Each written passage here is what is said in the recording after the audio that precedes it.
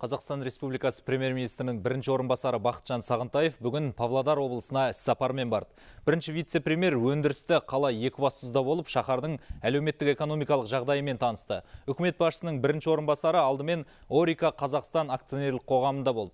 Бұл өндіріс ошағы өнеркәсіпке аса қажет жарылғыш заттарды, яғни эмульсиялық матрица өндірумен айналысады. Оның өнімдерін Ертіс өңірінде шоғырланған Богатырь көмір, Восточный, Майкүбі сынды ірі көмір кеніштері пайдалануда. Айта кету қажет, Екібастұздағы Орика Қазақстан акционерлік қоғамы Қазақстандағы химия өнеркәсібінің екінші ірі кәсіпорны. Бұдан соң бірінші вице-премьер үдемелі индустриалды инновациялық даму бағдарламасы бойынша іске асып жатқан Промаш комплект жауапкершілігі шектеулі серіктестігінде болды. Бұл жерде теміржол доңғалақтарын қайта өңдеу өндірісі қолға алынған. 2012 жылдың шілдесінде бірінші кезеңі іске қосылған жобаға тартылған қаржы 9,5 миллиард теңгені құрап отыр.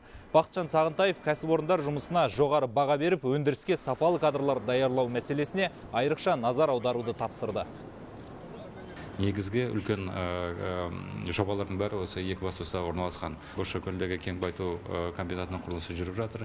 1-2 жылда сол бітеді. Соған да есепке алынған. Өзінің жаңағы шығаратын өнімінің көлемі бүгінгі күнге ғана есептелмеген. Сол Бозшакөлдің де есебін алып отыр. Ол өте қуанышты жағдай. Қазір мысалы мына жұмыс күшіне байланысты өте үлкен кәсіпорындар тарапынан сұраныс үлкен, тапшылық.